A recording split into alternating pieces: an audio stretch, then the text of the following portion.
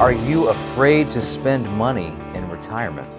Hey folks, welcome back. Thank you for joining us. Welcome to Retirement Roadmap with MasterPlan Retirement Consultants. My name is Evan. With me as always, retirement planner Mark Fricks.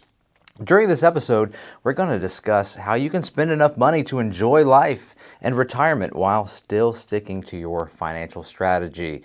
Mark, we see that a lot of stress around budget, especially folks who come to meet us for the first time. Is their money going to last? They're afraid to spend money in retirement.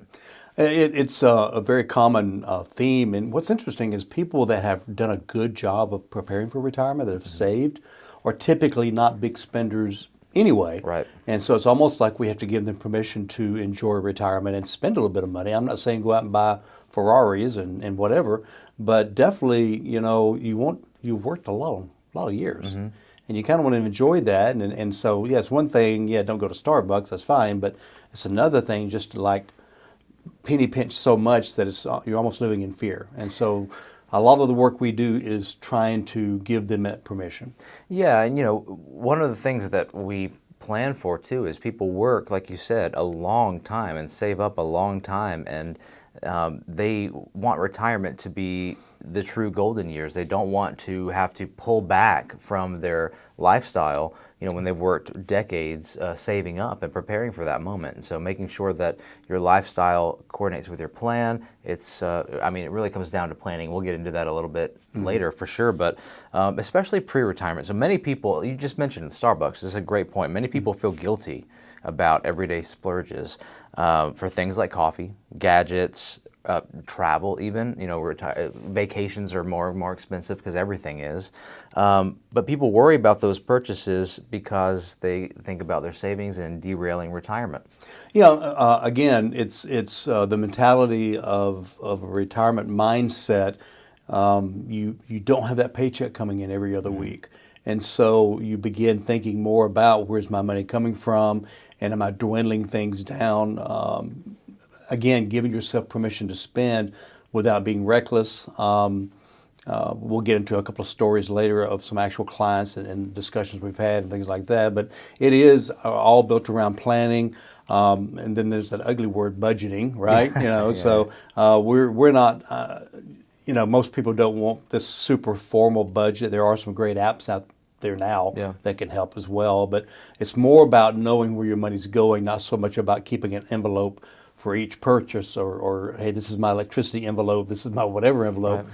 But more about understanding where it's going and again, it's a mindset. People that saved and really watched their money all these years, they're not going to all of a sudden start spending a whole lot of money. Mm-hmm. But we do, again, want to give them permission to loosen up a little bit and enjoy that time. Well, the reality is that, enjoying money today and saving for the future, they can exist in the same world, like when the spending is intentional, right? No. The real danger isn't the occasional splurge, it's the lifestyle creep. So when spending rises and retirement savings fall behind, that's when we start to have an issue, but they can coexist in the same world. Mm-hmm. I mean, dipping into retirement accounts early, like we've seen that, especially younger folks, if they have a 401k they've been putting into for 5 or 10 years or something, and they're thinking, oh, should I take something out for my first home, or should I, that can work for you, but really dipping into those retirement accounts before you really need them to cover that short-term spending, that can undermine the long-term progress, right? That's a great point. There have been studies done about how many people, it's a very large percentage, I wish I knew the exact, but it seems like it's in the 60 to 70% range of any time somebody changes jobs, they don't roll over the 401k, they spend it. Yeah. And then they start over again. Yeah. And in today's environment, we're changing jobs 6, 8, 10 times over a career, as opposed to my father that worked for Lockheed for 35 years, right? Right. And so they change jobs. It's almost like it gives them permission to spend that money and start over again. And so that's why we have people coming in at age 50, 55 or whatever that basically have nothing or very little. And now all of a sudden they're panicking and saying, I've got to get started. And of course we help them get started, but that is one of the issues that we see a good bit of. Yeah, like you said, it's a mindset. So, you have to, just like anything else, we plan retirement planning, we create retirement plans, but even pre-retirement, years before retirement, It's more of your mindset, like setting up your mindset. It's So an like intentional. 100%. Like a helpful rule would be discretionary spending should come only after bills, emergency savings, and then retirement contributions. Make sure those three things are handled. And then, and honestly, today things are so automated. You know, you can set everything systematically. That's just happening every month. So you don't have to. Once you set it up, get used to that lifestyle. Then the discretionary spending can happen on top of that because that's what's left That's over, right? exactly it. Yeah, it's called paying yourself first. So if you put that money into a retirement first, which is easy to do in today's world because you work for a job, Yeah. they take it out before you even get your paycheck. So it's a very automatic thing. And then I've even had some people I've told that have had a hard time with this is open a couple of different checking accounts and put enough in the first one to pay your known bills, your house payment, your car payment, estimate electricity, all that kind of stuff, and then put the rest of your money in a second account. And if you run out of money in that second account, you're done for the month because you get your bills over And here. it's maintaining the discipline to say I'm not going to transfer from my savings for Right. this or Or whatever. pull out my plastic, Yeah. the credit card Absolutely. or whatever. So It's that I really like those sorts of strategies. My wife and I employ a similar one, but not exactly that. But you also have to keep in mind, how much minimum does that checking account require? Because all of a sudden you've got all these rules, and it feels like every year there's more rules on checking accounts and savings accounts. But absolutely, you just have to make sure not only are you hitting where you need to be, but you've got that minimum in there, and there's a lot more to balance, and it's not easy, but nothing worthwhile is easy, right? And again, there are a lot of apps out there. I've not used any of them. I'm kind of old school, but I'm sure you probably have looked at some of them as well. Apps that will help you kind of gauge your money, where it's going, things of that nature, and that's probably a great idea. I've got some clients that basically have one credit card that gives them points or gives them money back, and they put everything on that credit card, and at the end of the month they pay it off. Now that's the key. Yeah. You pay it off at the end of the month, so you better have a limit of what's going to go on there. And again, if you've reached that limit and you're out of groceries on the 28th, then beans it is, right? So to speak. Yeah. So it is a discipline, and I remember when I was in my 20s, retirement seemed so far away. And it was like, why should I start now? I mean, I've got plenty of time. I'm going to enjoy life. And, looking back, if I'd started 10 years earlier, I'd be so much further ahead. Yeah. So don't, and I think part of my mentality, maybe I'm getting a little bit too open here, but was like, I probably won't make it that old anyway. Yeah, who knows if I'll be there. So, my 60s, I eat bacon, I do all this other stuff.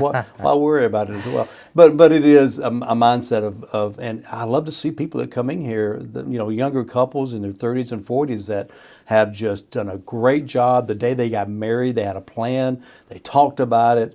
They had goals, they talked about their goals, what have we reached, what's next, and they've just got already in their 30s and 40s a nice chunk of change in their 401ks and other accounts. It's just really neat to see that discipline. If you start out that way, and you can, it does take a few months to get used to it. It certainly does, because you have to go through a few bill cycles, figure out where you are, what are you actually, especially if you've never really tried to gauge what your monthly spending is, groceries, gas, things like that. It does take a few months, cyclical bill cycles, bill cycles or whatnot.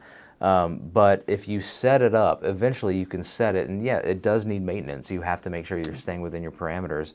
But like I said before, you've got your checking or whatnot that is for the monthly bills, groceries, all that kind of good stuff. Then make sure you have your emergency savings where you want it to be, which is different for everybody. There are a couple of classic rules, 6 months, 3 to 6 months or yeah. whatever of your income, but that's kind of up to you what you think you need. And then outside of that, make sure that you are monthly contributing to your retirement savings, and that could be individual things open up, IRA, Roths, whatever, but also if you're working at a job that offers a 401k or a similar employer-sponsored plan, make sure you're at least getting that match. Set all that up. Once that stuff is in motion and you can kind of just let it run, that's when you start to understand, where's my discretionary spending, what do I have, Yeah, and at that point, it's kind of more maintenance mode, right? Well, then if you get a raise or a promotion, you again, you sit down if you have a spouse or a significant other, you sit down and you kind of talk about, okay, we've got 5% more coming in this year. Where does that go? Okay, do we put that toward a car savings account because we will need one in 2 years? Do we put it into emergency? Do we add to our Roth more? Yeah. Maybe split it up. Don't spend some of it. Maybe enjoy some of it as well. Yeah. Right. Yeah. So again, I think it's got to be intentional. I keep coming back to that word, but that's so true. And we talk about the bucket strategy and retirement planning, how every bucket has a different job. You can kind of look at the savings portion as a bucket strategy too, with like a 3-bucket strategy. So like bucket 1 covers expenses, essential savings, things like that, including housing, utilities, insurance, groceries, like I mentioned, retirement contributions.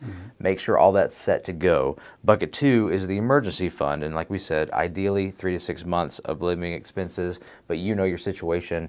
I wouldn't, without knowing you, I can't give advice over the radio to specific people, but seeing the stats on how many Americans actually have emergency savings, I would put more intentionality on making sure that you have emergency savings, because for the majority of people, if you have a medical emergency or some big issue come up, a lot of people aren't able to handle that. So make sure you give attention to your emergency savings before really spending your discretionary funds. But it's really important, especially in today's world where things are more expensive. We're worried about our social safety nets. There's a lot going on. We need to make sure that we have that available for us. And I think the stats tell us that most people have like 2 weeks in their checking account to fall back on, or less, paycheck to paycheck. So that's really important. And again, before I hesitate to say this, but before you max out that retirement plan, you do need to have that cash on hand. Because you can't access that 401k unless you pay a big penalty. That's a great point. You can borrow it. Now you're paying interest, or you put it on a credit card, like I said, at 28%. So really, I'll tell people that say, how do I get started? Step 1, build up that emergency bucket. Get that built up. And then let's put it somewhere where it will grow. Don't just leave it in a savings account, all of it in a bank earning 2%. We have some very nice conservative portfolios that we can get 4, 6, 8% in and be very conservative. So that could be growing, still accessible. I hate, you certainly want to work up to that match if your match is 5% at work. But still, that emergency fund is so critical. Yeah, 100%. So if we've got bucket 1, monthly expenses, all the things that we just have to pay to keep ourselves moving. Bucket 2, emergency savings. And then once you've covered all of that with retirement savings as well, then you've got bucket 3, discretionary, and you should be able to enjoy. You can spend and save at the same time. It needs to coexist because lifestyle is important, especially for longevity in these habits. Like there's got to be a balance to keep it going. And also another point is like windfalls, like bonuses, tax refunds, which is coming up, raises. They can strengthen your financial strategy if some of that money goes towards savings. I know it. When we get a big check from the IRS after we file the taxes or something, like it feels really good to say, oh, for me, okay, I'd love to buy a new guitar. I've been looking at this one for a few months. Like it's I really need these new pickups, and I don't have a guitar with this setup yet, right?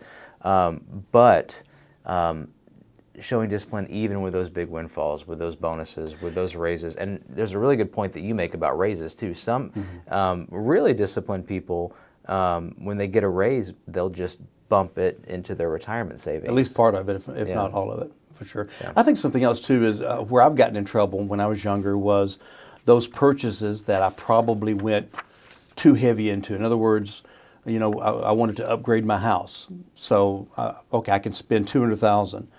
But that $300,000 house has everything I want. Yeah, and all of a sudden, my house payment's 30% more than it should have been, and now I'm struggling, to make ends meet. And who knows the timing with the interest rates at the time? That too, or a car. I mean, cars will get you. The first thing they want you to do is get in that car and smell that new car smell, right, and drive it. That was the big thing. And all of a sudden, instead of buying that Corolla, you want that top of the line, Forerunner or whatever. Yeah, it feels good, but man, you just spent a whole lot more money.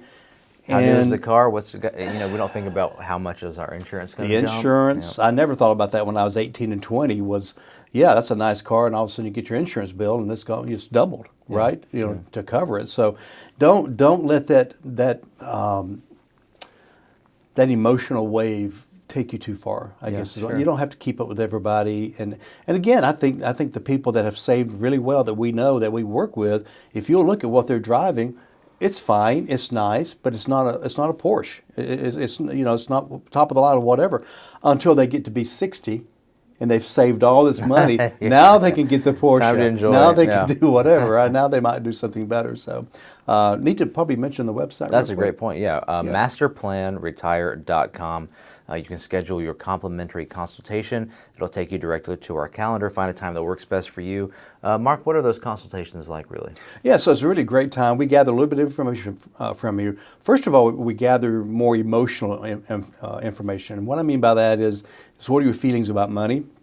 What are your goals about retirement? When you think you might want to retire, what are you going to do in retirement? And then we gather some actual financial numbers just to kind of find out what your money's going to look like the rest of your life. If you retire at this age and you just cruise on, is it going to last a lifetime? And we look at that, and maybe it does, maybe it doesn't, but also life's not perfect, so we run some other reports about what if taxes go up, or when taxes go up, what if this happens, what if that happens, what if you lose your spouse, and then we can have strategies that will cover that if we decide to work together. But those reports are all complimentary. Be glad to run those for you. MasterPlanRetire.com. There's a little button that says Schedule Now. You can give us a call at 770-980-9262, and we'll be glad to give you some of our time, and maybe it'll be worth your time. That's good. MasterPlanRetire.com. So we were talking a little bit more focused on pre-retirement, but something you mentioned at the top of the show is some retirees experience the problem that they've saved well their entire lives, but now they feel uncomfortable spending that money. They've been in an accumulation phase forever, and then in retirement, now we're in decumulation phase essentially, and they don't feel comfortable spending their money, which I could see that could be a good problem when you're younger, but in retirement, you really have been building up so that you can enjoy that time of your life, that you can stop working and start doing the things that you really want, or have been putting off, hopefully not putting off too much, but you know what I'm saying. We've got the bucket list and all that kind of good stuff, but we've seen retirees, like really afraid to spend money. I think there's two reasons. Number one is they know they don't have any more paychecks coming in, and also maybe because they've always lived that way. And that's why they have money. But the other reason is a story that I'll relate to you real quickly. And this happened to me probably the first year that we founded this firm. I was on vacation. It was a river cruise in Europe. And met this couple, lovely couple from Birmingham, Alabama, had the sweetest southern accents. They were probably in their late 70s, early 80s. And kind of got to know them, had dinner with them several times, kind of hung out with them a little bit, had a little bit of a connection. And toward the end of the trip, I was just curious, and we'd gotten close enough. I said, so have you been traveling throughout your whole retirement? And they were like, really, this is the first big trip we've taken. I said, oh, really? I said, special occasion or what? He said, actually, to be honest with you, we've been afraid to spend money because we were afraid we'd run out of money. And now we're finally in our 70s, early 80s. We felt like, okay, there's still enough cushion left. Let's spend some now. The problem was they could not do most of the excursions because of their age. They couldn't make it up to hills, to the castle. They couldn't make it through the villages far enough to enjoy the tour. And so here they'd waited past their go-go years into almost their no-go years, right? And so they had missed out on some wonderful trips. And so our focus here is having an income plan that gives you permission to spend. That's right. And so we know what's coming in. We know it's coming in for a lifetime, regardless of what the market's doing. So that check never stops as long as you live and as long as your spouse lives. So you can use that to travel, and then you still have other money over here growing in the stock market. And so it's a way of basically delivering that guaranteed paycheck. In fact, it's more guaranteed than a paycheck. Because you can lose a job. You can't lose this income stream. And so that taught us that had to be a special part of our planning process. And people love it because they can see that it works. Yeah. And I love when we kind of have that first planning meeting, had one yesterday, and as I laid it out how it works, the big picture, you could just see they were both nodding. They were like, oh, that makes sense. She said, that works. I love this. This is good. And then we move ahead from there. So that was a lesson we learned, and we've kind of carried it through all the years. The income plan is so crucial. It's just one part of the holistic, Right. comprehensive retirement plan. But once you create that clear withdrawal strategy, that's part of your income plan. It's and basically you're stress testing in the early years too. Your financial plan to see, okay, what do we need, what do we not need. But once you've got that rolling and you've got that in place, then you know where you're at. You don't have to worry about the daily bills, the budget, and everything like that. And you could use your other funds that you've allocated. When we talked about the bucket strategy, every bucket has a different job in retirement, things like that. But it really is making room for your lifestyle in retirement. Can you imagine being retired, and there are people out there listening that do it this way, that they have all their money in the stock market. Maybe it's conservative. I don't know. It could be anywhere. It could be in different places. But knowing that any day that the market drops substantially, or any year it drops substantially, your income may go substantially down. Yeah. And so all of a sudden you're on a strict budget because the market's not doing well. We're in a recession. The economy's not doing good. Inflation's up. We're in a bear market. Market's down 35% or whatever it may be. I couldn't live that way. Wake up every morning checking the stock market, see what it's doing, and dreading an announcement from the White House or from Congress or from Exxon Mobil or whatever. Is my budget steak or cereal this month? It would be a horrible way to live, and so that's why we don't set it up that way. We have money to grow, and some years that might be down. Well, that's okay because we know next year it'll be back up. But in the meantime, where our income's coming from. Again, so guaranteed income stream on top of pensions, on top of Social Security. It's just additional pension type money that's guaranteed to flow.